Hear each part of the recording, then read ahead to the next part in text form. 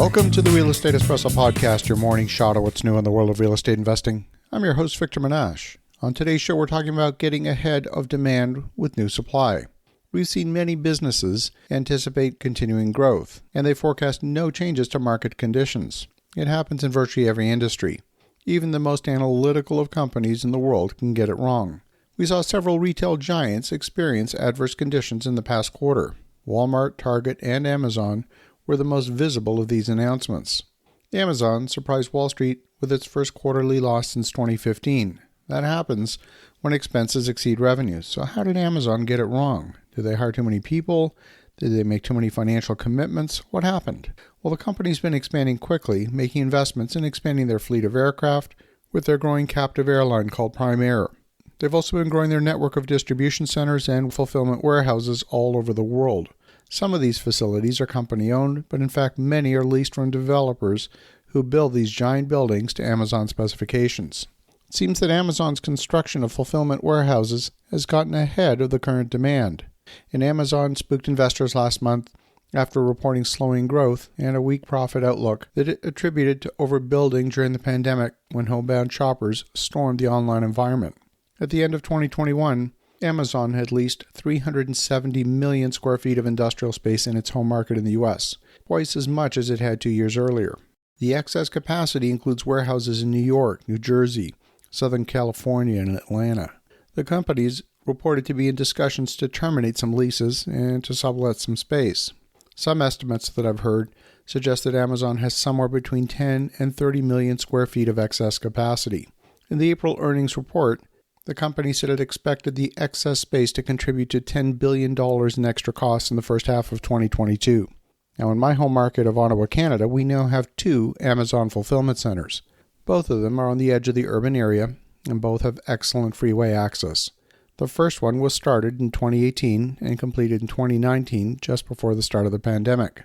The first facility is 1 million square feet of space. My personal observation is that this facility seems to be operating below capacity. The second facility is a leased facility built by the same folks, Broccolini Construction out of Montreal. That 5-level industrial building is the largest in the city. It's going to span 2.7 million square feet, and for now, Amazon's footprint is only going to consume 450,000 square feet out of that total. The director of real estate development for the developer says there's no conversation about another tenant coming into the facility, and that's led industry experts to believe that Amazon will eventually take up the whole building. But under the current circumstances, it could be a while before utilization expands beyond the current 17% occupancy.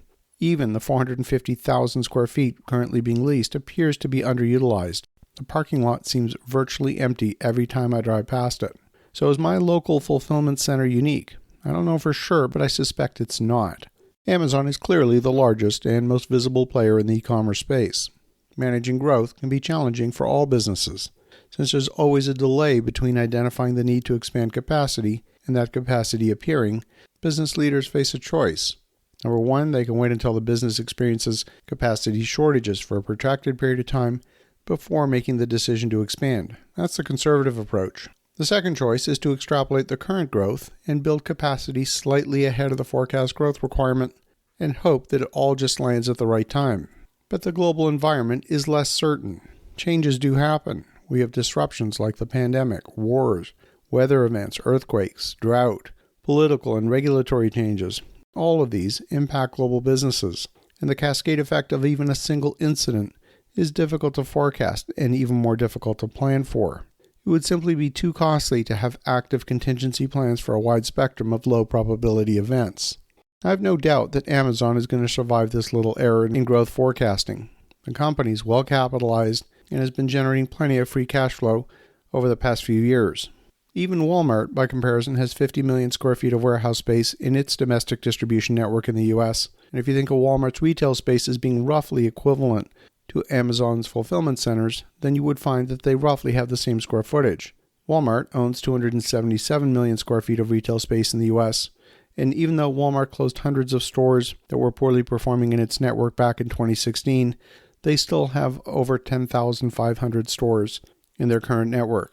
And there has been a bit of a resurgence of foot traffic since the end of the pandemic. Walmart does not appear to be planning any reduction in footprint, at least so far in 2022. So some builders have built ahead of demand in the industrial space, hoping to exploit the ongoing growth of e-commerce. There's no doubt that security of supply concerns have also increased demand for inventory growth and inventory warehouse space in many sectors of the economy. But until companies actually manage to keep up with current demand, I don't expect to see a large-scale need for additional warehouse space because there's no inventory to put in that warehouse space.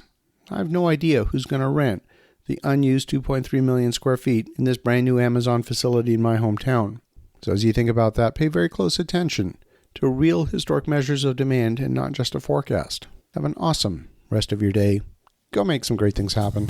We'll talk to you again tomorrow.